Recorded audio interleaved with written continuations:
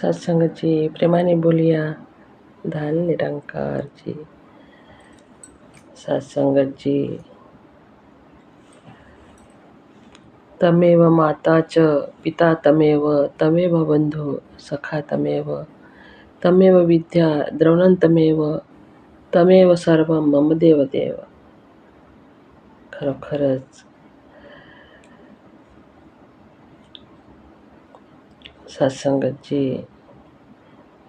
खरे पाहता हा श्लोकाचे वास्तविक अर्थ तेव्हाच प्राप्त होतो जेव्हा आत्मा आणि परमात्मा यांचे मिलन होते आणि ह्या व्यक्तिमत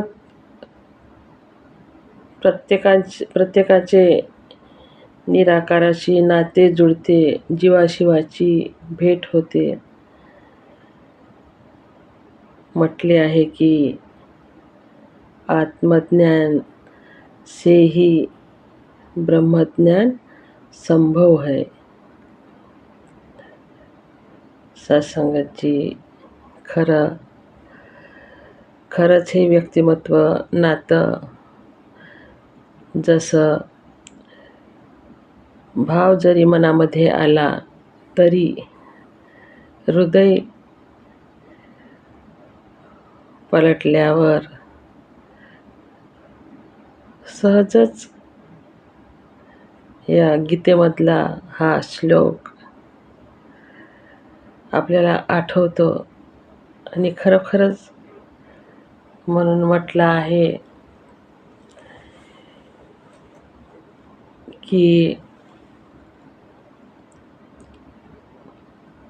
चलती चक्की देख के दिया कबीरा रोए, दो पाटन के बीच में साबुत बचा न कोय.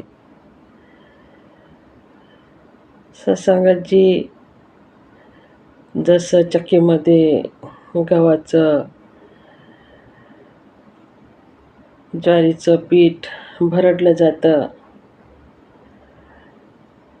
जर आपल्या जीवनामध्ये गुरु